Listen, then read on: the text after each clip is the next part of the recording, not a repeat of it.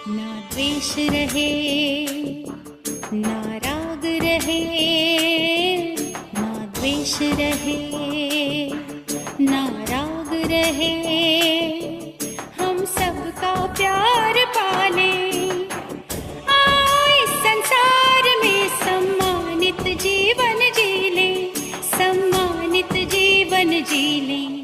समय की पुकार है, समय की पुकार, समय की पुकार है, समय की पुकार।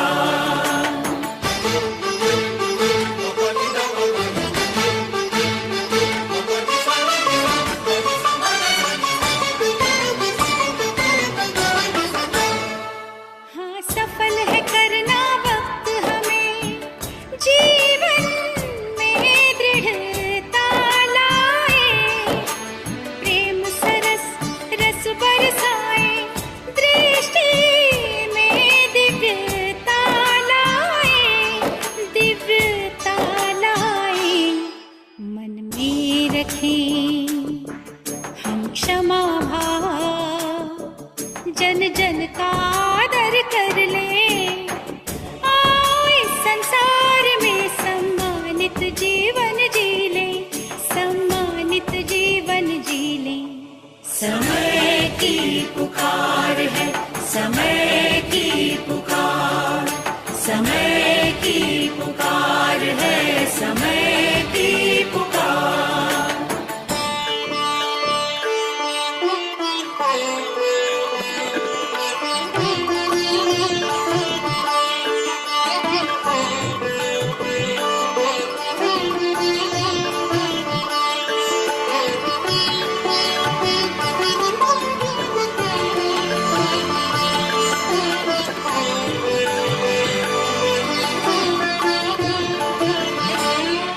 हम जागेंगे तब नई नई सी आशाएं जग जाएंगी, जीवन खुशहाल बनेगा, ये जिंदगी मुस्काएगी, मुस्काएगी। हम कर्मयोगी बन करके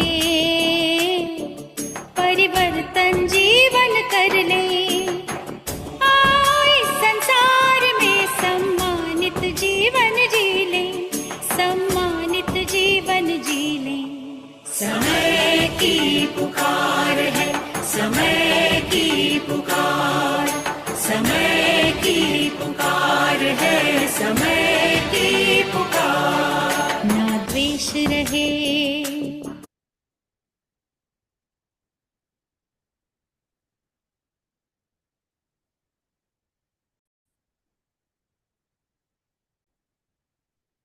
ओम शांति। बाबा ने कहा, जो करेंगे वह पाएंगे, या जो सोचेंगे वह पाएंगे। जो करेंगे वह पाएंगे, या जो सोचेंगे वह पाएंगे। हम हमेशा अपने आप से पूछते हैं, रिजल्ट क्यों नहीं आ रहा, रिजल्ट क्यों नहीं आ रहा, रिजल्ट क्यों नहीं आ रहा। ये रॉन्ग क्वेश्चन है। हमें अपने आप से ये क्वेश्चन पूछना चाहिए, हम कितना एफर्ट लगा रहे हैं उस रिजल्ट को लाने के लिए। हमारा अंदरूनी पुरुषार्थ क्या है उस रिजल्ट को लाने के लिए। क्योंकि जो सिर्फ सोच रहे हैं कि मुझे ऐसा बनना है, वो सोच रहे मुश्किल होगा शायद। लेकिन हर एक चीज का एक ब्लूप्रिंट होता है। जैसे हम उस कदमों पे चलने लग जाते हैं, हमें भी वैसे ही प्राप्तियां होने लग जाती हैं जैसी उनको हुई हैं, अर्थात जो हमारे बड़े हैं। तो जो करेंगे वह पाएंगे, या जो सोचेंगे वह पाएंगे। नियम क्या है? सोचना, बोलना और करना, ये तीनों एक समान बनाओ। और ये तीनों एक समान कैसे बनेगा? कल की मुरली में बाबा ने एक पॉइंट बताया था कि जब आप संकल्प शक्ति को स्ट्रॉन्ग बनाओगे तो ये तीनों एक समान हो जाएगा। केवल संकल्प शक्ति। बाबा कहते हैं, सोचना और बोलना बहुत ऊंचा, करना कुछ भी नहीं। तो वह सोचते और बोलते ही समय बिता देंगे, और करने से जो पाना है वह पा नहीं सकेंगे। एक कहानी है इस पे। किसी गांव में दो आदमी थे। और उनको ना जो उनके मेन मालिक थे, बोरियां दी थी चावल की साफ करने के लिए। और उनके गांव में लाइट चली गई थी, एक ने लालटेन में रहकर उसको साफ किया था चावल को, और एक ने कहा था लाइट चली गई, मैं तो ऐसी बोरी भगवान के आगे रख देता हूँ, भगवान को बोल देता हूँ, भगवान साफ कर देगा। क्यों ये हुआ था? क्योंकि उन्होंने कहा था कि ये जो प्लॉट है ये मेरा है, और इस पे जो फसल उगाई है और मेहनत करी है वो मैंने करी है। तो जो वहाँ का विलेज का मेन पर्सन था, क्या बोलते हैं, पंचायत बैठती है ना वहां पर, उन्होंने बोला कि देखते हैं किसने पुरुषार्थ किया होगा। तो जिसने भगवान के आगे बोरी रख दी उसने क्या ही फसल अपनी काटी होगी। तो फिर पूरे फसल के पैसे उसको मिले थे जो उसने रात को जाग के भी वो चावल के दाने साफ किए थे। तो जो पुरुषार्थ करते हैं उनका पुरुषार्थ छिपा रह ही नहीं सकता, दिख जाता है। और जो पुरुषार्थ नहीं करते वो किसको जिता देते हैं? उल्हानों को। कोई घर पे आ गया था, कोई ये वाली जिम्मेवारी थी। ऐसे कर कर हमने देखना है हम किसको जिता रहे हैं, हम अपने आप को, अपने पुरुषार्थ को, बाबा को जिता रहे हैं, या हमारे सामने जो माया की पार्टी खड़ी हुई है उसको जिता रहे हैं। तो बाबा कहते कि स्वयं को तो श्रेष्ठ प्राप्ति से वंचित करेंगे ही, अपनी रचना को भी वंचित करेंगे। कितना श्रेष्ठ पॉइंट है ये।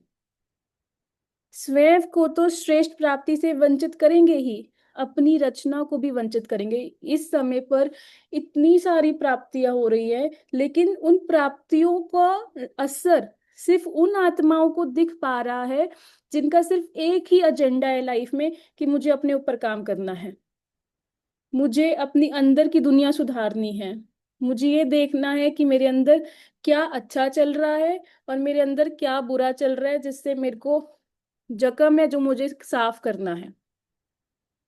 क्योंकि जो आप अपने आप को दे रहे हो वही आप दूसरों को दे पाओगे। इसलिए कहना कम और करना ज्यादा है, मेहनत करके पाएंगे, यह लक्ष्य सदा याद रखो। देखो बाबा ने क्या कहा, क्या करके पाएंगे? मेहनत। मुझे भी महारथी व सर्विसेबल समझा जाए, मुझे भी अधिकार दिया जाए, स्नेह व सहयोग दिया जाए, यह मांगने की चीज नहीं।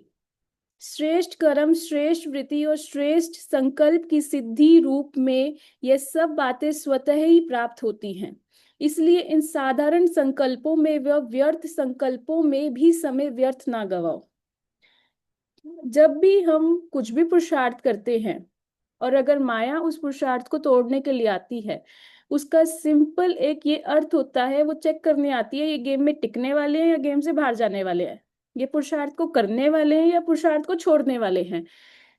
तो वो माया जो आती है वो हमारी एक बाहर एक थिक स्किन बनाने आती है कि ये मिटने वाले नहीं हैं, ये योद्धा है, ये जीत जाएंगे। लेकिन अगर हम इस नजरिए से ना देखकर इस नजरिए से देखते हैं, माया तू आ गई मेरा पुरुषार्थ तोड़ने, ठीक है मैं छोड़ देती हूँ, मुझे तो पता ही था, मैं जब भी शुरू करती हूँ खत्म हो ही जाता है। कौन से संकल्प आप अपने अंदर लेते हो? आप अपने अंदर ये संकल्प लेते हो कि माया चेकिंग करने आई है, आएगी चली जाएगी। जैसे वो पेपर होते हैं ना, पेपर हॉल में फ्लाइंग टीचर्स आते हैं बाहर से, ये चेक करने की इन्होंने चिट्स तो नहीं रखी हुई। ऐसे ही माया सिर्फ चेक करने आती है और चली जाती है। लेकिन माया की पहचान इतनी है, उसको देख लेंगे उसके बाद उसी का ही मंथन बुद्धि में चलेगा, उसी को बढ़ा देंगे। जिस चीज पर आप ज्यादा एकाग्र करोगे वही चीज बढ़ेगी। आप किस पर एकाग्र कर रहे हो, अपने पुरुषार्थ पे या माया पे? क्योंकि अगर पुरुषार्थ पे ध्यान रहा तो माया चली जाएगी, अगर माया पे ध्यान रहा तो फिर बाबा कहता है कि माया को चाय पिलाते हैं कई बच्चे। सदैव यह सोचो कि जब मैं हूं ही विश्व को परिवर्तन करने के निमित्त, तो स्वयं को परिवर्तन करना क्या बड़ी बात है। तो फौरन ही परिवर्तन करने की शक्ति आएगी। परिवर्तन करने की शक्ति कैसे आती है? जब हम स्वीकार कर लेते हैं कि मेरे अंदर ये कमी है, तब परिवर्तन करने की शक्ति आती है। अगर कोई बोलो कि आप तो बहुत ही ज्यादा पाप आत्मा हो, हाँ मुझे कैसे बोल दिया पाप आत्मा? मैं नहीं हूं पाप आत्मा। जब तक स्वीकार ही नहीं किया कि मेरे सिर पे पापों का बोझा है, तब तक अपने ऊपर वर्क कैसे करोगे? अब ये तो बुद्धि में ज्ञान होना चाहिए ना कि 63 जन्म द्वापर और कलयुग जब नीचे उतरते आए तो समय अनुसार पाप हुए थे। वो वाला बोझा अभी संगम युग पर बाबा की याद से विनाश करना है, ताकि आत्मा बहुत लाइट रहे। तो सबसे पहले स्वीकार करने की शक्ति, उसके बाद परिवर्तन करने की शक्ति जागृत होती है। समय और समय के प्रमाण आत्माओं की सूक्ष्म पुकार सुनने में आती है। वह अपने में ही सदा बिजी रहते हो। कल्प पहले वाले आपके भक्त आत्माएं अपने अपने इष्ट का आह्वान कर रही हैं। आ जा की धुन लगा रही हैं। दिन प्रतिदिन अपनी पुकार साजों से सजाते हुए, अर्थात खूब गाजे बाजे बजाते हुए जोर शोर से पुकारना शुरू करते हैं।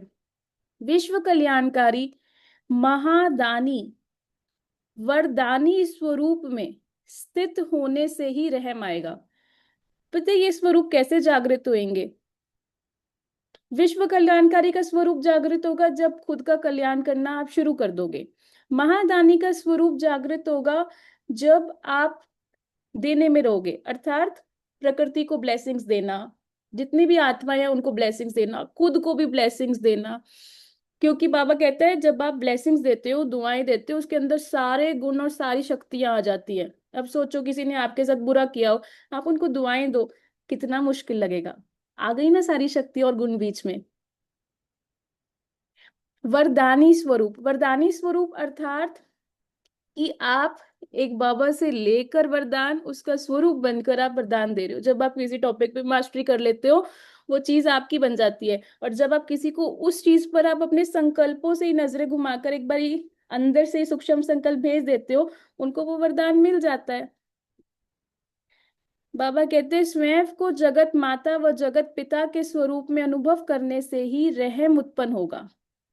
कि हम कौन हैं? जड़ चित्र में बैठे हुए हैं बाबा के साथ। कहाँ पर बैठे हुए हैं? जहाँ ऊपर नहीं बैठे हुए, नीचे बैठे हुए हैं, रूट्स में। किसी भी आत्मा का दुख व भटकना सहन नहीं होगा। संगठित रूप से सर्व ब्राह्मणों के अंदर रहम की भावना, विश्व कल्याण की भावना, सर्व आत्माओं को दुख से छुड़ाने की शुभ कामनाएं जब तक दिल से उत्पन्न नहीं होगी, तब तक विश्व परिवर्तन रुका हुआ है। तो कौन सी भावना जागृत करनी है? रहम की भावना। रहम की भावना पता है कैसे होती है? इसको ऐसे समझा जाए कि मैं रास्ते से जा रही थी और पुलिस ने मेरा चालान काटा और पुलिस ने मुझे वार्निंग दे दी कि इस बार मैं पैसे नहीं ले रही हूँ। ये होता है रहम करना। और वो वार्निंग पता है क्यों मिलती है? क्योंकि पुलिस वाला ये कह रहा है कि मैं जानता हूं कि आप इससे बेहतर कर सकते हो, यानी कि आप अपने ये जो रूल्स रेगुलेशंस है उसका ध्यान रख सकते हो। ये होती है रहम की भावना, कि बेनिफिट ऑफ डाउट, कि किसी को बेनिफिट ऑफ डाउट देना कि कोई बात नहीं, गलती से हो गया होगा, कोई बात नहीं, गलती से हो गया होगा, रहम की भावना। लेकिन अगर ये नहीं कहते ना बेनिफिट ऑफ डाउट, फिर पता है क्या होता है? वो छोटी सी बात की इतनी बड़ी खिचड़ी अंदर चल रही होती है, वो सीन तो चला गया, वो आत्माएं भी शायद चली गई, दुनिया छोड़ के चली गई, और उनकी बातें अभी तक जहन के अंदर चल रही हैं। उनके जो रिलेटिव्स हैं जो इस दुनिया में अभी तक है, उनके प्रति, अच्छा ये इसके बेटे, अच्छा ये उसकी बेटी। तो रहम की भावना। बाबा कहते अभी स्थापना के निमित्त बनी हुई आत्माओं के सोचने और करने में अंतर है। अभी स्थापना के निमित्त जो बने हुए हैं उनके सोचने और करने में अंतर है। और सोचने और करने में समानता कैसे आएगी? संकल्प शक्ति से। क्योंकि पुराने भक्ति के संस्कार समय प्रति समय इमर्ज हो जाते हैं। अब बाप समान बनने के पहले इस एक बात में समान बनो, अर्थात स्वयं के परिवर्तन करने की मशीनरी तेज करो। कौन सी मशीनरी तेज करनी है? स्व परिवर्तन की। कि मेरी नजरें मुझ पर रहें, क्योंकि मेरी नजरें मुझ पे रहेंगी तो फिर मेरी नजरें बाबा पे भी रहेंगी। और अगर मेरी नजरें बाबा पे रहेंगी तो बाबा की नजरें भी मुझ पे रहेंगी और बाबा करंट देगा। अब अगर बाबा से करंट चाहिए तो फिर अपने ऊपर आंख रखनी पड़ेगी। लेकिन अगर ये आंख दूसरे की तरफ जाती है तो फिर क्या होगा? इसमें ये गलती है, इसमें वो गुण है, इसी में ही फंसते रहेंगे। क्योंकि बाबा ने ये भी कहा है कि किसी के गुणों में भी नहीं फंसना, क्योंकि गुणों का सागर तो मैं हूं। इसलिए बाबा ने क्या कहा, किसको तेज करना है, किसकी स्पीड बढ़ानी है? स्व परिवर्तन। इस अंतर को मिटाने का मंत्र व यंत्र सुनाया कि साकार सो निराकार में पाठ बजाने वाले हैं। प्यासी आत्माओं की प्यास बुझाओ, भिखारियों को दान दो, भक्तों को भक्ति का फल बाप के मिलन का मार्ग बताओ। इस क्यू के संपन्न करने में बिजी रहेंगे तो स्वयं के प्रति क्यू की क्यू समाप्त हो जाएगी। समय की इंतजार में नहीं रहो, लेकिन 3 प्रकार की आत्माओं को संपन्न बनाने के इंतजाम में रहो। अब तो नहीं पूछेंगे कि विनाश कब होगा। क्यू को समाप्त करो तो परिवर्तन का समय भी समाप्त हो जाएगा। संगम का समय सतयुग से श्रेष्ठ नहीं लगता है। थक गए हो क्या? तो संगम युगी आत्मा और कलयुगी आत्मा के अंतर आपकी बुद्धि में अगर स्पष्ट होगा तो आप स्वयं को परख सकोगे कि मैं किस समय पर खड़ी हूं। और जब आप वो परख सकोगे तो आप निर्णय भी ले सकोगे कि अच्छा ऐसे नहीं, ऐसे करना था। कौन सी आत्मा थकेगी? जो आत्मा कलयुगी आत्माओं के साथ रह के उनके प्रभाव में रहकर बोझिल हो जाएगी। कौन सी आत्मा नहीं थकेगी? जो अपने साथ रहेगी, जो बाबा के साथ रहेगी, जो ब्राह्मण परिवार के साथ रहेगी, वो नहीं थकेगी। आज सर्व आत्माओं का एक ही आवाज सुनने में आ रहा है। सबका एक ही आवाज है, 2 घड़ी के लिए भी सुख और चैन से जीना चाहते हैं, बेचैन है। संपत्ति और साधन होते हुए भी सुख और चैन की नींद आंखों में नहीं है।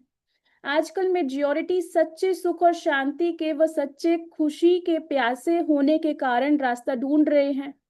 अनेक अल्पकाल के रास्ता अनुभव करते संतुष्टता ना मिलने के कारण अब धीरे धीरे उन अनेक रास्तों से लौट रहे हैं। यह भी नहीं, यह भी नहीं, अब नेति नेति के अनुभव में आ रहे हैं। अभी सही रास्ता कुछ और है, ऐसे अनुभूति करने लगे हैं। मतलब अलग अलग रास्ते देख रहे हैं और कह रहे हैं ये भी सही रास्ता नहीं है, ये भी सही रास्ता नहीं, क्योंकि इस समय समय हमें सहयोग दे रहा है वैराग्य लाने में। समय सहयोगी है, तो जितने भी आत्माएं हैं वो परमात्मा को ढूंढ रही हैं और वो अलग अलग जगह पे जा रही है। फिर वो कह रहे हैं कि नहीं, यहाँ से भी नहीं रास्ता मिलेगा, यहाँ से भी नहीं रास्ता मिलेगा। वो ढूंढ रहे हैं, उनको इतना तो अनुभव हो रहा है कि ये वाला तो नहीं है रास्ता। ऐसे समय पर आप पूर्वजों का कार्य है ऐसी आत्माओं को क्षमा बन रास्ता दिखाना। क्षमा बन रास्ता दिखाना। क्षमा कौन होती है? जो, अब देखो, जितना आपने जितना आपको बाबा से प्यार होगा ना, उतना ही आप दूसरों को बाबा का प्यार करवा पाओगे। सिर्फ इतना सा इसका आंसर है। अमर ज्योति बन अंधकार से ठिकाने पर लाना, ऐसे संकल्प आते हैं। सबकी नजर आप पूर्वजों को ढूंढ रही है। अब बेहद के स्मृति स्वरूप बनो। कौन सा स्वरूप बनो? स्मृति स्वरूप। क्या स्मृति रखनी है? स्मृति ये रखनी है कि मैं आत्मा हूँ, मेरे अंदर 36 दैवी गुण हैं, मेरे अंदर 8 शक्तियां हैं, मेरे अंदर 16 कलाएं हैं, मैं सतयुग में जाऊंगी, ये संगम का समय चल रहा है, मैं विश्व की स्टेज पर बाबा की राइट हैंड हूँ, बाबा मुझे देख रहे हैं। द्वापर और कलयुग में कितना पुरुषार्थ किया था, तब जाके ये छोटा सा समय नसीब हुआ है। अब जाकर मैं बाबा को महसूस भी कर सकती हूँ। इस चीज की स्मृति रखनी है। बाबा कहते हैं कि सबकी नजर आप पूर्वजों को ढूंढ रही है। अब बेहद के स्मृति स्वरूप बनो तो हद की व्यर्थ बातें स्वतः ही समाप्त हो जाएंगी। जो हमें थकाती है ना बातें, वो होती है जिनका कोई सिर पैर नहीं होता, जिन बातों से कोई प्राप्ति नहीं होती। लेकिन अगर आप कुछ श्रेष्ठ चिंतन कर रहे हो, अपनी बुद्धि को यूज कर रहे हो, मतलब खाना तो बना रहे हो, खाना बनाते बनाते अब अपने आप को होमवर्क दो कि मुझे चलो बताओ स्वदर्शन चक्र के क्या क्या पॉइंट्स हैं। तो आपकी बुद्धि में आएगा स्वदर्शन अर्थात खुद का दर्शन करना। स्वदर्शन चक्र जो फिराता है वो माया के गले को काट देता है वो चक्र। स्वदर्शन में 5 स्वरूप होते हैं। स्वदर्शन में कौन से 5 स्वरूप होते हैं? सबसे पहले आदि स्वरूप, सबसे पहले आदि अनादि आदि, फिर उसके बाद देवता, फिर उसके बाद फरिश्ता, फिर उसके बाद कौन सा, कौन सा रह गया? पहले हम ऊपर परम धाम में हैं, फिर उसके बाद पूज्य हम, स्वरूप रह गया। हाँ, पूज्य स्वरूप। तो इस चीज का चिंतन हमारी बुद्धि में चलता रहना चाहिए। फिर उसके बाद हम इसमें और कैसे कैसे करेंगे स्वदर्शन चक्र में, कि जो स्वदर्शन चक्र फिर आता है वो लाइट रहता है, और जो स्वदर्शन चक्र नहीं फिर आता वो माया में फंसा रहता है। ऐसे कर कर अपनी बुद्धि को होमवर्क देना। दूसरा होमवर्क क्या दे सकते हो? त्रिकालदर्शी स्थिति का होमवर्क दो। मैं पास्ट में कौन थी, अभी कौन हूँ, आगे क्या बनने वाली हूँ। पास्ट में मेरा पूज्य स्वरूप है, प्रेजेंट में मेरा ब्राह्मण स्वरूप है, आने वाले टाइम पे मेरा कौन सा स्वरूप होगा, फरिश्ता सो देवता स्वरूप। ऐसे करके आप और कौन से टॉपिक्स का चिंतन कर सकते हो? आप अपने आप को टॉपिक दो, नष्ट मोह स्मृति लब्धा। अब आप अपने आप को बोलो, नष्ट कौन करता है, शंकर। मोह का अर्थ क्या होता है, कि किसी चीज को पकड़ के रखना, वो होता है मोह। अब मुझे किसको पकड़ना है, बाबा को, शुद्ध मोह। मैं किसको पकड़ के बैठी हुई हूँ, कौन सी बातें पकड़ के बैठी हुई, कौन से मनुष्यों को पकड़ के बैठी हुई हूँ, कौन सी स्थिति परिस्थितियों को पकड़ के बैठी हुई हूँ, कौन सी बातों को पकड़ कर मैं बाप को भूल गई हूँ। मुझे किसको पकड़ना है, बाबा को पकड़ना है। स्वरूप नष्ट मोह स्मृति लब्धा स्वरूप। स्मृति, किसकी स्मृति रखनी है मुझे, और मैं कौन सी स्मृति रख के बैठी हुई हूँ। मुझसे ये जो पुरानी स्मृति है वो छूट क्यों नहीं रही है? अगर मुझे इसको छोड़ना है पुरानी स्मृति को और अच्छी स्मृति में आना है, क्या मेरे पास आसपास ऐसे लोग हैं जिनके पास मैं रह सकती हूँ कि मेरे पास अच्छी स्मृति आ सके? अगर इंटरनल फोर्स नहीं है तो एक्सटर्नल फोर्स ला सकती हूँ क्या? मुझे कौन कौन सी चीजें छोड़नी पड़ेंगी पुरानी स्मृतियों को छोड़ने के लिए? ऐसे ऐसे आपने इन व्यर्थ बातों को समाप्त करना है। स्थूल साधनों के विस्तार में सूक्ष्म शक्ति गुप्त हो जाती है। स्थूल साधनों के विस्तार में सूक्ष्म शक्ति गुप्त हो जाती है, क्योंकि सूक्ष्म शक्ति अर्थात आपकी साधना का रिजल्ट। स्थूल साधन का विस्तार, जैसे वृक्ष का विस्तार बीज को छुपा लेता है, वैसे सूक्ष्म शक्ति की परसेंटेज गुप्त हो जाती है। आप पूर्वज आत्माओं की अलौकिकता सूक्ष्म शक्ति है, जो सब अनुभव करें कि पूर्वजों द्वारा कोई विशेष शक्ति उत्पन्न हो रही है। श्रेष्ठ संकल्प की शक्ति, शुभ वृत्ति की शक्ति, स्नेह और सहयोग की दृष्टि। कौन सी दृष्टि? बड़ी बड़ी आंखें करके गुस्से वाली दृष्टि, टेढ़ा टेढ़ा देख के जेलस वाली दृष्टि, या स्नेह और सहयोग की दृष्टि? यह किसके पास नहीं है? तो जो यह किसके पास नहीं है, तो हे पूर्वज आत्माएं, अपनी वंशावली के प्राप्ति के आशाओं के दीपक जलाए यथार्थ मंजिल तक लाओ। अर्थात स्व पे कार्य करो ताकि उन तक स्वयं पहुंच जाए। अनेक आत्माएं पूर्वज पूज्य आत्माओं को शांति देवा, शक्ति देवा कह याद कर रही हैं। ऐसे समय पर शांति देवा आत्माएं मास्टर शांति के सागर, मास्टर शांति के सूर्य, अपनी शांति की किरणें, शांति की लहरें दाता के बच्चे देवा बन सर्व को दे रहे हैं। तो कितना प्यारा पॉइंट है। कौन हो आप? सूरज। अब सूरज कौन है? ऊपर। अब नीचे अगर कोई आत्मा आपको कुछ बोल रही है, आप सूरज बन के चमकते रहो। सूरज को क्या फर्क पड़ रहा है अगर कोई कुछ बोल रहा है और कोई कुछ नहीं बोल रहा, सूरज तो चमक रहा है ना। तो ये कितना विशेष पॉइंट है। कई बार हम अपना समय व्यर्थ गवाते हैं, एक्स्ट्रा सोचते हैं किस चीज के ऊपर जिसका कुछ रिजल्ट ही नहीं है।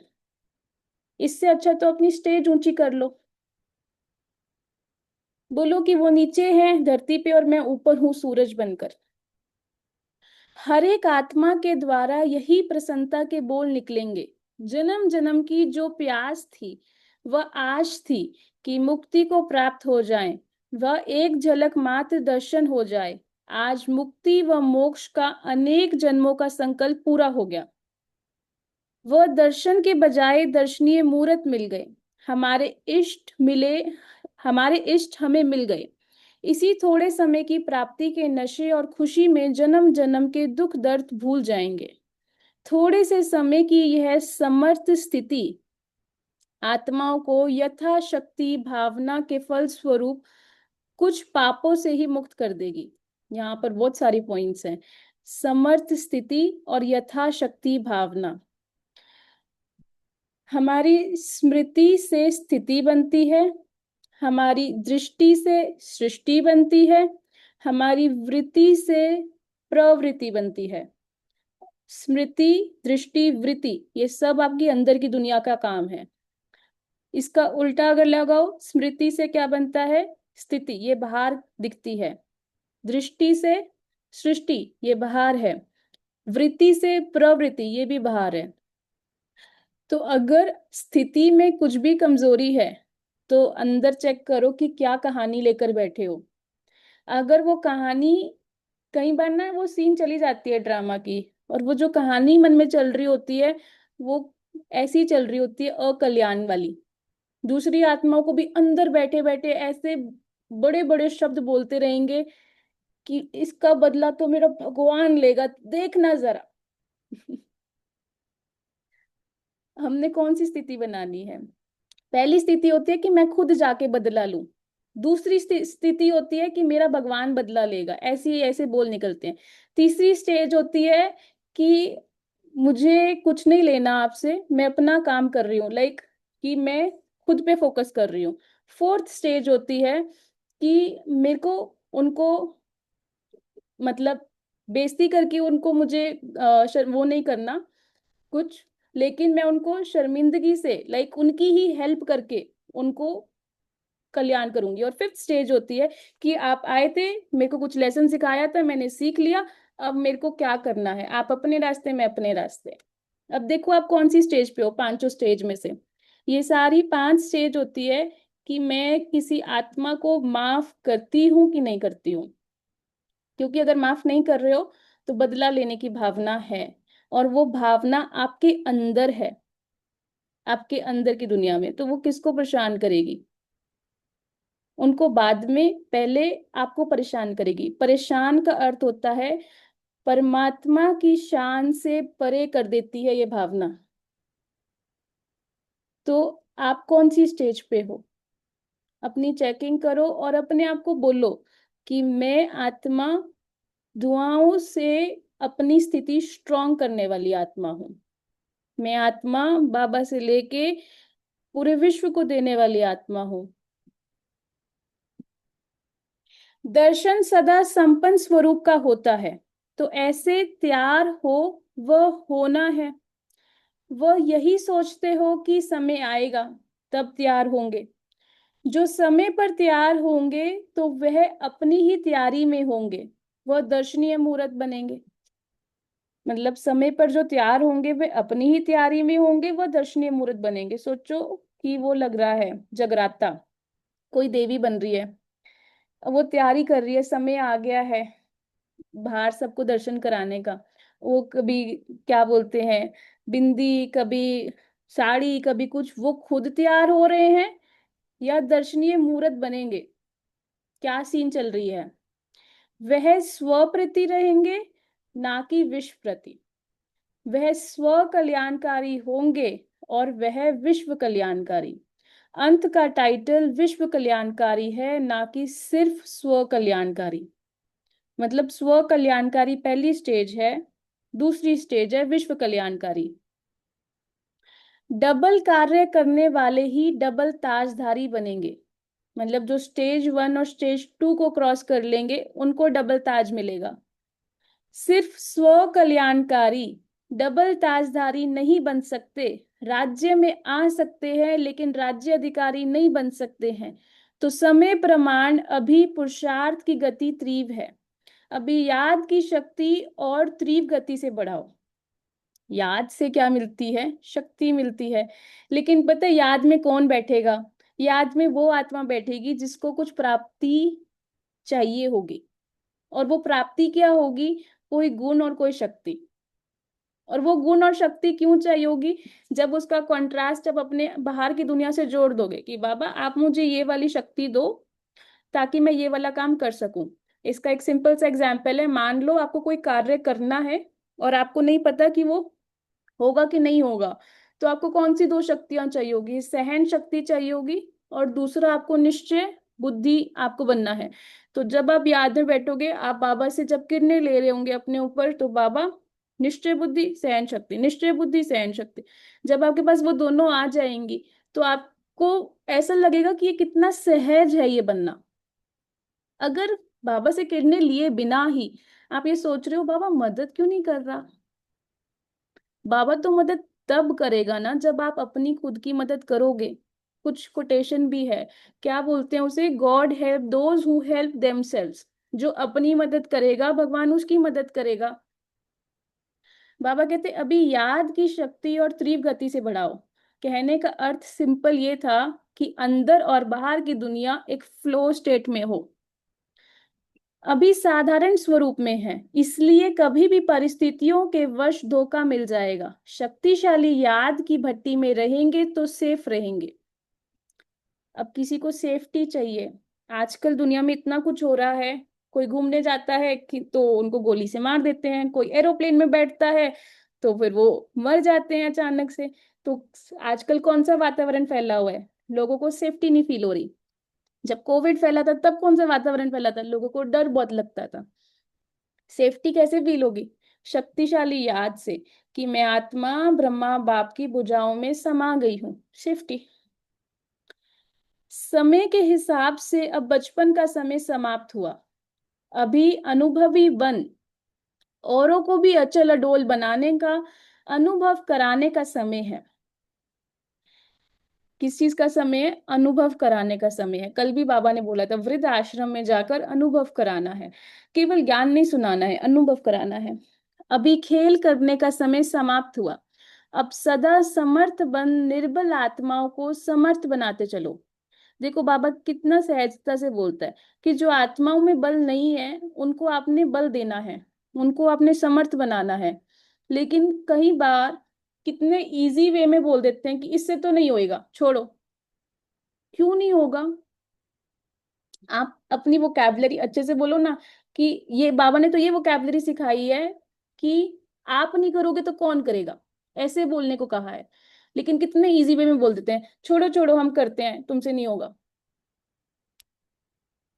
तो आप चेक करो कि आप बाबा वाली वोकैबलरी बोलते हो या फिर जो कलयुगी आत्माएं बोलती हैं वो बोलते हो। आप लोगों में निर्बलता के संस्कार होंगे तो दूसरों को निर्बल बनाएंगे। अगर खुद में निर्बलता के संस्कार होंगे तो दूसरों को क्या बनाओगे? निर्बल, कि छोड़ो रहने दो। समय कम है और रचना ज्यादा से ज्यादा आने वाली है। सदा इस स्मृति में रहो कि मैं मास्टर रचयिता हूँ। कि मैं कौन हूँ? मास्टर रचयिता, अर्थात मैं अपनी दुनिया का क्रिएटर हूँ, जो मेरी ये छोटी सी मिनी दुनिया है। इससे रफ्तार तेज हो जाएगी। इससे रफ्तार क्या हो जाएगी? तेज हो जाएगी। पता है क्यों तेज होगी? क्योंकि आपने जो इतने सारे चीजों पर अपना ध्यान रखा हुआ था उसको हटाकर केवल ध्यान रखा अपने ऊपर। चल रहे हैं, समय जैसा है वैसा कर रहे हैं, ऐसे नहीं। यह तो समय के दास कहेंगे, आप कहेंगे हम समय को चला रहे हैं, समय को बदलने के निमित्त आप हो ना, यह ठेका उठाया है ना। तो पुरुषार्थ में तीव्र गति का आधार क्या है? डबल लाइट बनना। और पता है आप अपने ऊपर ज्यादा ध्यान तब दे पाओगे जब आप दूसरों को मना करना सीखोगे। मना करना अर्थात, ठीक है जब आप मना करोगे तो उनको बुरा लगेगा और आपको भी अजीब सा गिल्ट वाला इमोशन फील होगा, वो हैंडल नहीं हो पाता, क्योंकि उसको हैंडल करने की युक्ति होती है। तो इसमें सिर्फ इतनी सी बात है कि जब आप दूसरों को मना करते हो तब आप अपने आप को हाँ बोलते हो, और जब आप अपने आप को हाँ बोलते हो आपका पुरुषार्थ तेज होता है। लेकिन जब आप दूसरों को ही हाँ हाँ हाँ हाँ हाँ हाँ सबका काम आप ही करोगे अगर, तो फिर क्या होगा? आप अंदर से कड़वे बन जाओगे। और वो अंदर से कड़वा जो पन आता है ना, उसको हटाना मुश्किल है। जो बाहर आपने मना किया ना उसको आप फिर भी ठीक कर सकते हो। अगर आपने एक दिन मना कर दिया है तो आप कुछ दिन बाद जब आपके पास समय होगा तब आप हाँ बोल सकते हो। तो हमने कड़वा नहीं बनना है, लेकिन हमने अपने ऊपर इतना ध्यान रखना है कि सारी जिम्मेवारियां नहीं, केवल किसकी जिम्मेवारी उठानी है सबसे पहले? खुद की। क्योंकि जब आप खुद की जिम्मेवारी उठाओगे तब खुदा आपकी जिम्मेवारी उठाएगा। लेकिन आप जब दूसरों की जिम्मेवारी उठाओगे तो फिर तो अथॉरिटी किसने किसके हाथ में ले ली? दूसरों को देखने के लिए भी भगवान है। बाबा कई बार बोलता है कि आप अपना ठेका उठाओ। बिना डबल लाइट बने तीव्र गति नहीं हो सकती, और डबल लाइट के लिए एक शब्द याद रखो, मेरा बाबा। बस। और कोई बात आ जाए हिमालय पहाड़ से भी बड़ी हो, लेकिन बाबा कहा और पहाड़ रुई बन जाएगी। राई भी नहीं, रुई। सारे विश्व में ईश्वरीय संतान के नाते, ब्राह्मण जीवन के नाते आप कितने भी वी आगे लगा दो तो भी कम है। क्योंकि आपके आधार पर विश्व परिवर्तन होता है। अंदर हीरो एक्टर हो और हीरे तुल्य जीवन वाले हो तो कितने बड़े हुए। यह शुद्ध नशा समर्थ बनाता है और देह अभिमान का नशा नीचे ले आता है। देह अभिमान का नशा पता है क्या होता है? देह अभिमान का नशा सिर्फ इतना होता है कि आप दूसरों की अच्छाई अपने सामने टिकने नहीं देते हो। और समर्थ नशा पता है क्या होता है? कि मैं जानती हूँ मेरी अच्छाई क्या है और मुझे ये भी दिख रहा है सामने वाली आत्मा की अच्छाई क्या है। ये अंतर है इन दोनों में। व्यर्थ तरफ आकर्षित होने का कारण है अपने मन बुद्धि की दिनचर्या को सेट नहीं करते हो। अगर बुद्धि व्यर्थ तरफ जाती है तो इसका अर्थ है कि आपने कुछ प्रोजेक्ट नहीं उठा रखा अपने हाथ में। और आपका सबसे इंपॉर्टेंट प्रोजेक्ट कौन है? आप खुद। आत्मा का चैप्टर। वर्तमान समय के प्रमाण मर्सीफुल बाप बच्चों को भी कहते हैं कि आपके सहयोगी साथी बुझाएं, आप ब्राह्मण बच्चे हो तो जिस चीज की आवश्यकता है वह देने से प्रसन्न हो जाते हैं। तो मास्टर मर्सीफुल बने हो। आपके ही भाई बहन हैं, चाहे सगे हैं व लगे हैं। अब देखो, बाबा ने कहा कि जिस चीज की आवश्यकता है वो देते हो तो खुश होते हैं। इसमें बाबा ने मुरली में एक बार एग्जाम्पल दिया था, किसी को खाने की भूख होगी तो पानी थोड़ी दोगे। ऐसे ही अगर किसी को प्यार की भूख होगी तो उसे नफरत थोड़ी दोगे। किसी को रिगार्ड की भूख होगी तो उसे डिसरिगार्ड थोड़ी दोगे। जिस चीज की भूख है उसको परख कर वो दो। अगर किसी ने कुछ गलत कार्य दिया कर दिया तो उसको ऊंचा उठाने के लिए क्या करना पड़ेगा? एक्स्ट्रा प्यार करना पड़ेगा। या फिर क्या करोगे? और धुतकार के नीचे गिर दोगे। कौन सी वाली आत्मा हो? चेकिंग करो अपनी। रहम दिल का अर्थ है कि अगर किसी आत्मा ने गलती कर दी उसको प्यार से ऊपर उठाना, और ये भी ना पता चले कैसे उठाया। बाबा कहते दिल से रहम आए।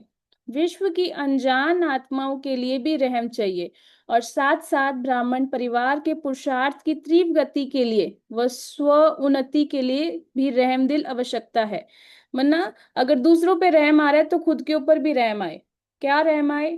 कि मेरे को मेरा पुरुषार्थ बढ़ाना है, समय कम है, तैयारी ज्यादा करनी है।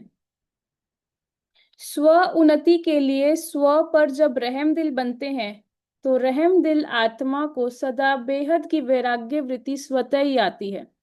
जो खुद पे अटेंशन रखते हैं ना उनको वैराग्य पता है क्यों आता है? उनको हमेशा होता है कि समय कम है, और उनके पास हमेशा ये होता है पढ़ाई ज्यादा है। आप किसी भी बच्चे को देख लो जो बहुत पढ़ते हो, उनको हमेशा रहेगा कि टाइम कम है पढ़ाई ज्यादा है, टाइम कम है पढ़ाई ज्यादा है। और जो बिल्कुल निकम्मे होंगे उनके लिए ऐसा होगा, इतना टाइम है, अभी तो पेपर से एक दिन पहले पढ़ाई करेंगे, अभी तो टीवी देखेंगे, अभी तो खेल लेंगे, अभी तो गाएंगे, अभी तो कूदेंगे। तो बाबा ने कहा कि पहले खुद के प्रति बनोगे तभी दूसरों के प्रति बन पाओगे। स्व के प्रति भी रहम हो कि कितनी ऊंचे ते ऊंचे बाप की वही आत्मा हूं और वही बाप समान बनने के लक्ष्यधारी हूं। जब स्वयं संपन्न बनो तब विश्व परिवर्तन का कार्य संपन्न होगा। आप सबके संपन्नता की कमी के कारण विश्व परिवर्तन कार्य संपन्न होने में रुका हुआ है। प्रकृति दासी बन आपके सेवा के लिए इंतजार कर रही है कि ब्राह्मण आत्माएं ब्राह्मण सो फरिश्ता और फरिश्ता सो देवता बने, तो हम दिल व जान सिख व प्रेम से सेवा करेंगे। मेरे को एक याद आया एक सेंटर पे, दिल्ली का सेंटर था, मैं वहां रुकी हुई थी, और दीदी से किसी ने प्रश्न पूछा कि हम तो अभी सतयुग में जाएंगे तो हम देवता बनेंगे। तो उस दिन बाबा ने मुरली में लिखा था कि देवता नहीं बन सकते जब तक फरिश्ता ना बने। वो कहते, वो इतना बड़ा पॉइंट, मेरे को तो फरिश्ता बनने की पढ़ाई आती ही नहीं है, फरिश्ते क्या होते हैं सिर्फ इतना पता है कि अच्छा उनके फेदर्स होते हैं। तो ये भी पूरी पढ़ाई है कि फरिश्ता कैसे बनते हैं। फरिश्ता का सबसे अच्छा जो दैवी गुण होता है वो होता है लाइट स्वरूप, हल्कापन, बोझ नहीं उठाते वो। अभी अपने भाई बहनों की को भिखारी देख रहम तो आता है ना। जब पा लिया तो पाने की खुशी में रहने वाले सदा ही एवर रेडी रहते हैं। कल भी विनाश हो जाए तो तैयार हो, या थोड़ा टाइम चाहिए। एवर रेडी, नष्ट मोहा, स्मृति स्वरूप इसमें पास हो। एवर रेडी का अर्थ है ही नष्ट मोहा स्मृति स्वरूप। कृष्ण ने अर्जुन से क्या कहा था कि सबको मरा हुआ देखो। अब इस पॉइंट से नष्ट मोह स्मृति स्वरूप आप जागृत कर सकते हो। या उस समय याद आएगा कि पता नहीं बच्चे क्या कर रहे होंगे, कहाँ होंगे, छोटे छोटे पोत्रों का क्या होगा। यही विनाश हो जाए तो याद आएंगे। पति का भी कल्याण हो जाए, पुत्र का भी कल्याण हो जाए, उन्हों को भी यहाँ ले आए, याद आएगा। बिजनेस का क्या होगा, पैसे कहाँ जाएंगे, रास्ते टूट जाएं, फिर क्या करेंगे। देखना, अचानक पेपर होगा।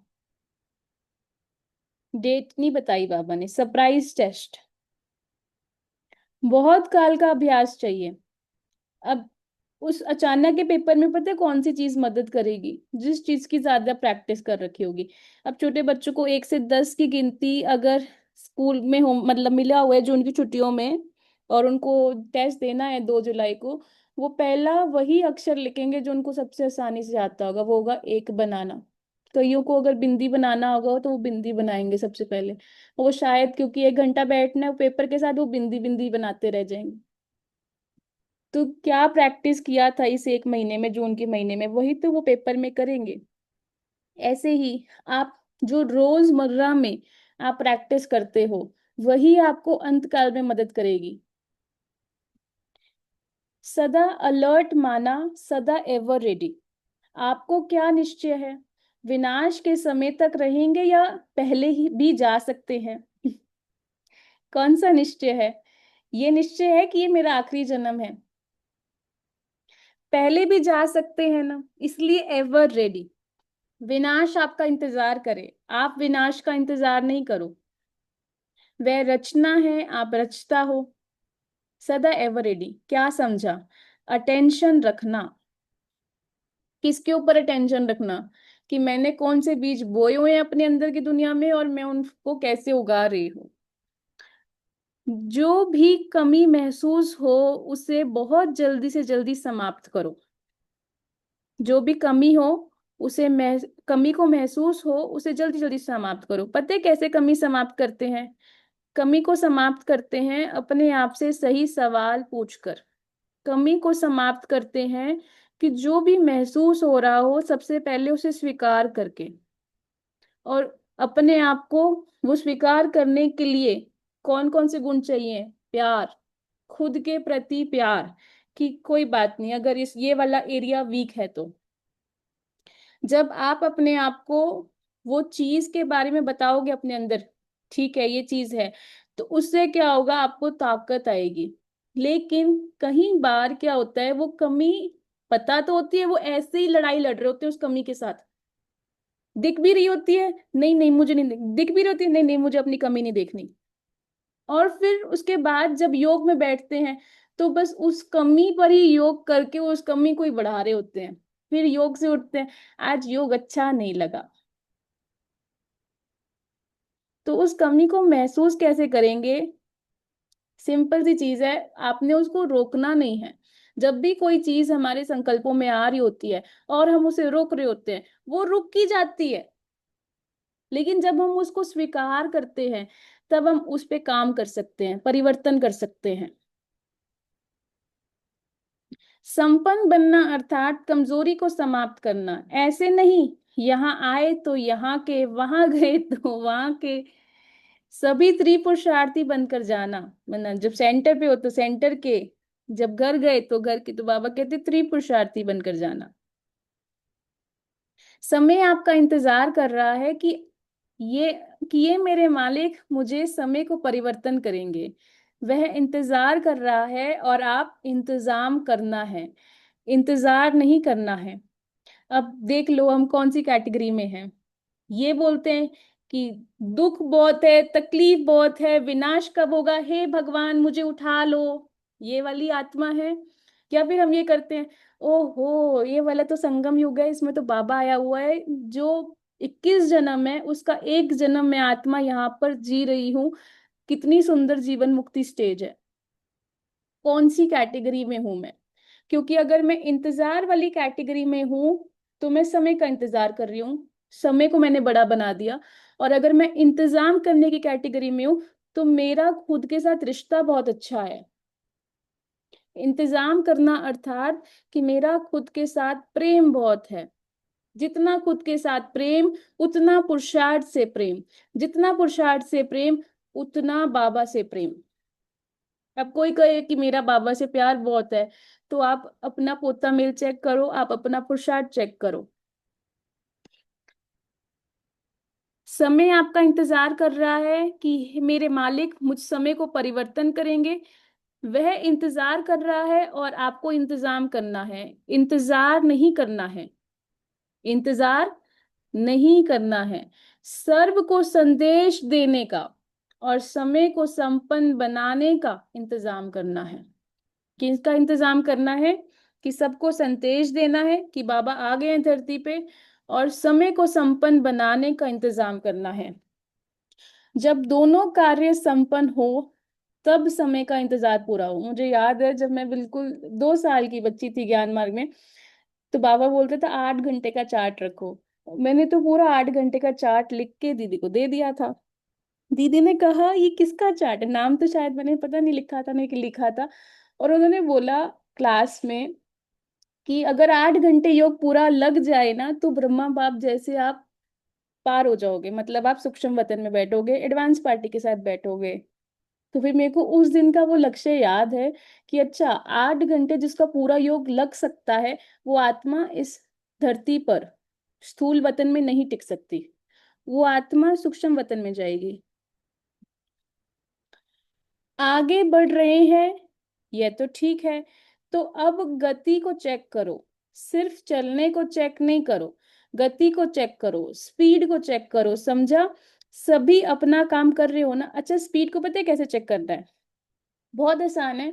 आप ये देखते हो कि अच्छा जब टाइम होएगा तब करेंगे, जब टाइम होएगा तब करेंगे, ये टाइम निकल जाए, जितना इस टाइम में काम हो सकता है वो कर लेंगे। या फिर आप ये देखते हो कि मुझे अपना एफर्ट बढ़ाना है, कम समय में ज्यादा काम करना है। तो यहाँ पर जो चीज बढ़ानी है जिसकी स्पीड, वो है एफर्ट, एनर्जी और एंथुसियाज्म। एफर्ट मतलब अंदर आपका पुरुषार्थ कितना चल रहा है। एनर्जी मतलब आपके योग की शक्ति, कौन सी एनर्जी इकट्ठा करी है आपने अपने अंदर। एंथुसियाज्म मतलब आपका उमंग उत्साह, इसको बढ़ाना है। सभी अपना काम कर रहे हो ना, इतनी तैयारी कर रहे हो कि पहले कब्रिस्तान बने फिर परिस्तान बने, बनाएंगे। क्या करेंगे? समय कराएगा? समय नहीं कराएगा, समय को लाएंगे। क्योंकि अनेक बार ये निमित्त बनने का पार्ट बजाया है, अभी तो सिर्फ रिपीट करना है। तो अपने श्रेष्ठ वाइब्रेशन द्वारा, शुभ भावना शुभ कामना द्वारा परिवर्तन कर रहे हो। जितना जितना शक्तिशाली सत्व प्रधान वाइब्रेशन होंगे, तो यह प्रकृति और मनुष्य आत्माओं की वृत्ति दोनों ही चेंज हो जाएगी। मनुष्य आत्माओं को वृत्ति से चेंज करना है और प्रकृति को वाइब्रेशन द्वारा परिवर्तन करना है। जो जो चाहते हैं कि मेरे घर वाले ठीक हो जाएं, उनको कैसे चेंज करना है? वृत्ति से, शब्दों से नहीं। सतो प्रधान का अर्थ क्या होता है? कोई चीज अगर नेगेटिव है उसमें भी पॉजिटिव ढूंढ लेना, यह है सतो प्रधान। तमो प्रधान का अर्थ क्या होता है? तमो प्रधान का अर्थ है जो पॉजिटिव है उसमें भी नेगेटिव ढूंढ लेना। रजो प्रधान अर्थात जो जैसा है उसको वैसे देखना। अब आप देखो आप कहाँ पर हो, कौन सी दृष्टि है आपकी। जो अगर नेगेटिव में भी पॉजिटिव ढूंढ लेते हो तो आप अपने आप को सर्टिफिकेट दे दो, मेरी दृष्टि सतो प्रधान है। दादियों से मुलाकात। आप ब्राह्मण जितने संपन्न बनते जाएंगे उतना भविष्य में प्रकृति की प्रगति को प्राप्त करेगी, क्योंकि प्रकृति समय प्रति समय अपना सिग्नल दिखा रही है। तो जितना प्रकृति की हलचल उतनी अचल स्थिति प्रकृति को परिवर्तन करेगी। कितनी आत्माएं समय प्रति समय दुख की लहर में आती है, तो ऐसे दुखी आत्माओं को सहारा तो बाप और आप ही हो। तो रहम पड़ता है ना। जब समाचार सुनते हो तो क्या दिल में आता है? Nothing new. ये निश्चय की पॉइंट है। Nothing new. अपनी अचल स्थिति के लिए तो ठीक है, लेकिन प्रकृति की हलचल में जब आत्माएं चिल्लाती हैं तो किसको चिल्लाती हैं? तो जब मर्सी रहम मांगते हैं तो वे आप लोगों को उनके रहम की पुकार पहुंचती है ना। जब भी आप किसी से बात कर रहे होते हो ना, आप उस समय उस टॉपिक के बारे में नहीं बात कर रहे होते हो। आप उस समय वो जो आत्माएं कौन सी भावना फील कर रही हैं उससे बात कर रहे होते हो। जब आप ये समझ जाओगे ना तो आपको बहुत ज्यादा बातचीत का तरीका चेंज हो जाएगा। ये छोटी छोटी आपदाएं और तड़पाती हैं। कई बार अगर कोई आत्मा दुखी है, इसको ऐसे समझो, तो आप उनकी परिस्थिति के साथ नहीं डील कर रहे हो। आप वो जो आत्मा दुख फील कर रही है ना उसके साथ डील कर रहे हो। उनकी परिस्थिति तो चाहे जैसी रह रही है रहने दो, उनकी स्थिति को स्ट्रांग बनाना है ना। ब्राह्मण संपन्न हो जाओ तो दुख की दुनिया संपन्न हो जाए। तो रहम पड़ता है या नहीं? रहम पड़ता है तो फिर क्या करते हो? फिर तो ब्लेसिंग्स देनी चाहिए। फिर भी ईश्वरीय परिवार के हैं ना, तो परिवार का कोई भी दुख सुख में परिवर्तन करने का संकल्प तो आता है ना। कोई परिवार में बीमार भी हो तो क्या संकल्प होता है? जल्दी ठीक हो जाए। तो चिल्लाते चिल्लाते मरना और एक धक से परिवर्तन होना, फर्क तो है ना। महाविनाश और रिहर्सल का विनाश, फर्क है। महाविनाश अर्थात महान परिवर्तन, बहुत विशेष पॉइंट है। अब आप सोचो आपको अपने अंदर से क्या क्या विनाश करना है और कैसा कैसा परिवर्तन चाहिए अपने अंदर। क्योंकि बाहर की दुनिया में वो समय तभी बदलेगा जब आपकी अंदर की दुनिया में आप अपने पुराने संस्कारों का विनाश करोगे। और इस बार कौन सा विनाश? महाविनाश। क्योंकि जैसे जैसे आपके अंदर का समय बदलेगा वैसे वैसे आपका बाहर भी समय बदल जाएगा। समय रचना है ना आपकी। तो जैसे ही आपके अंदर वो महान परिवर्तन दिखेगा समय भी चेंज हो जाएगा। उसके निमित्त आप हो। संपन्न बनेंगे तो संपत्ति होगी। संपन्न बनेंगे तो संपत्ति होगी। अभी ये लहर फैलाओ। हर संकल्प में मर्सीफुल। संकल्प में होंगे तो वाणी और कर्म स्वतः ही हो जाएंगे। देखो संकल्प शक्ति है वो शक्ति जिससे आपका मनसा वाचा कर्मणा एक जैसा हो जाएगा। क्योंकि मनसा में बाहर क्या आएगा? संकल्प। वाचा से क्या ही निकलेगा? संकल्प। कर्मणा में कौन सी एक्टिविटी आएगी जो संकल्पों में होगी? तो जब आप संकल्प शक्ति पर वर्क करोगे, कैसे करोगे?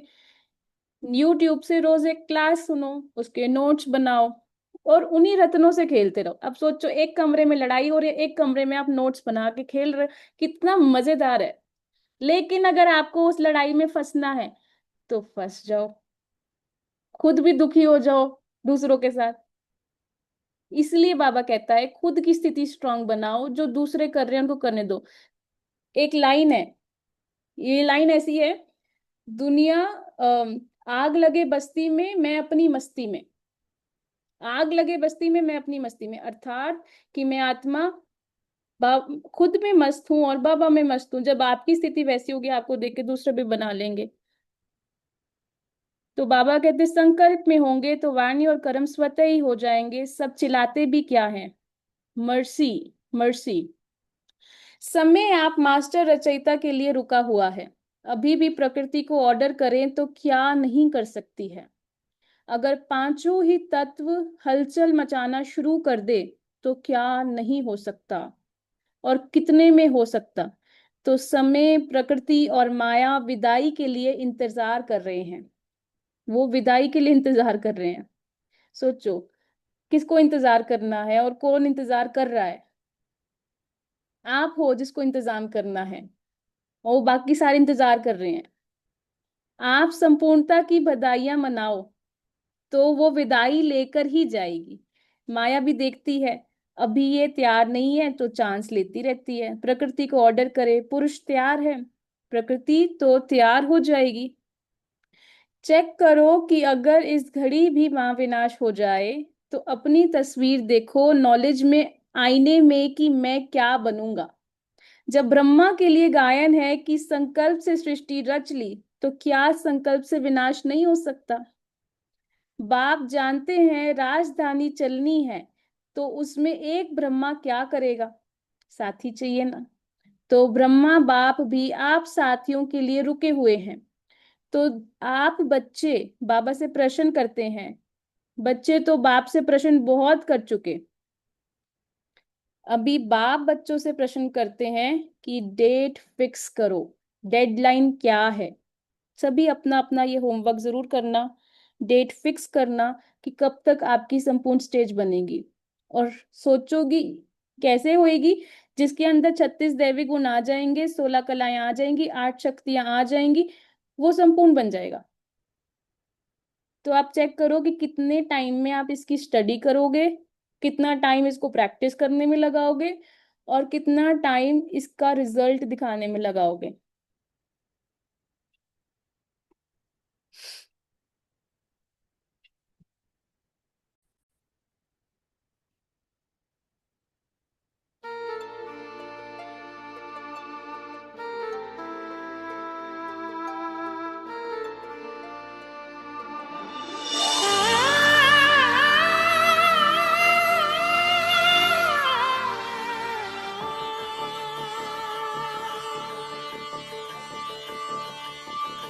ना द्वेष रहे, ना राग रहे, ना द्वेष रहे, ना राग रहे।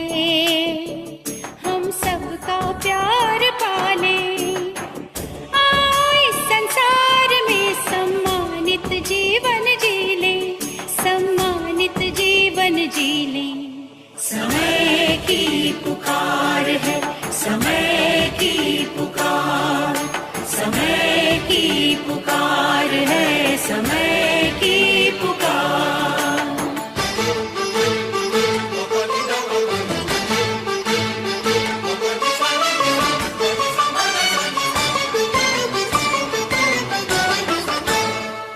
हाँ सफल है करना वक्त हमें, जीवन में दृढ़ता लाए, प्रेम सरस रस बरसाए, दृष्टि में दिव्यता लाए, दिव्यता लाए।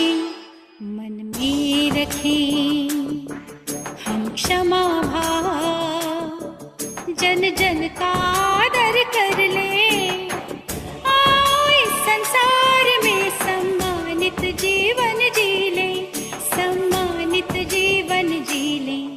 समय की पुकार है, समय की पुकार, समय की पुकार है, समय की पुकार।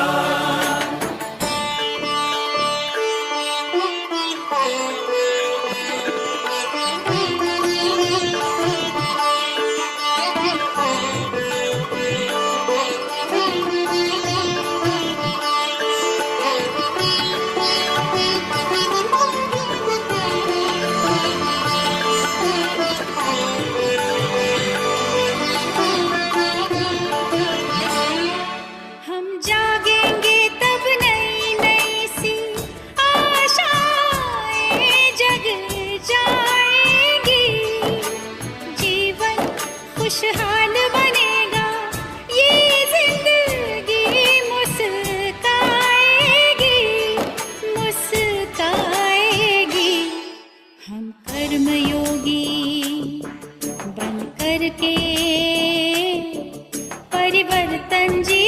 कर लें।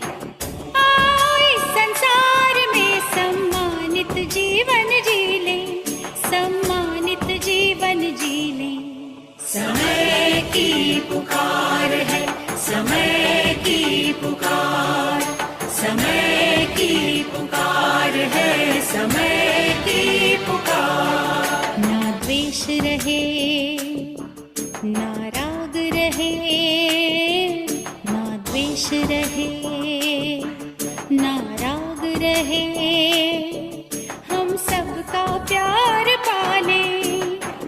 आओ इस संसार में सम्मानित जीवन जी लें, सम्मानित जीवन जी लें।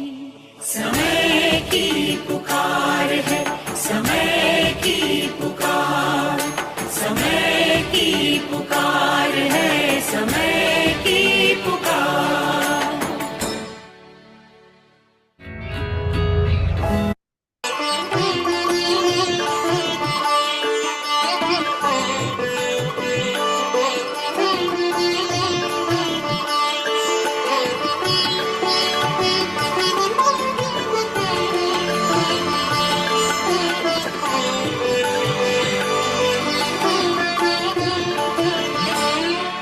हम जागेंगे तब नई नई सी आशाएं जग जाएंगी। जीवन खुशहाल बनेगा, ये जिंदगी मुस्काएगी, मुस्काएगी। हम कर्मयोगी बन करके परिवर्तन जीवन कर लें। आओ इस संसार में सम्मानित जीवन जी लें, सम्मानित जीवन जी लें। समय की पुकार है, समय की पुकार, समय की पुकार है, समय की पुकार। ना द्वेष रहे, ना राग रहे, ना द्वेष रहे, ना राग रहे, हम सबका प्यार पाले। आओ इस संसार में सम्मानित जीवन जी लें, सम्मानित जीवन जी लें। समय की पुकार है, समय Very fantastic.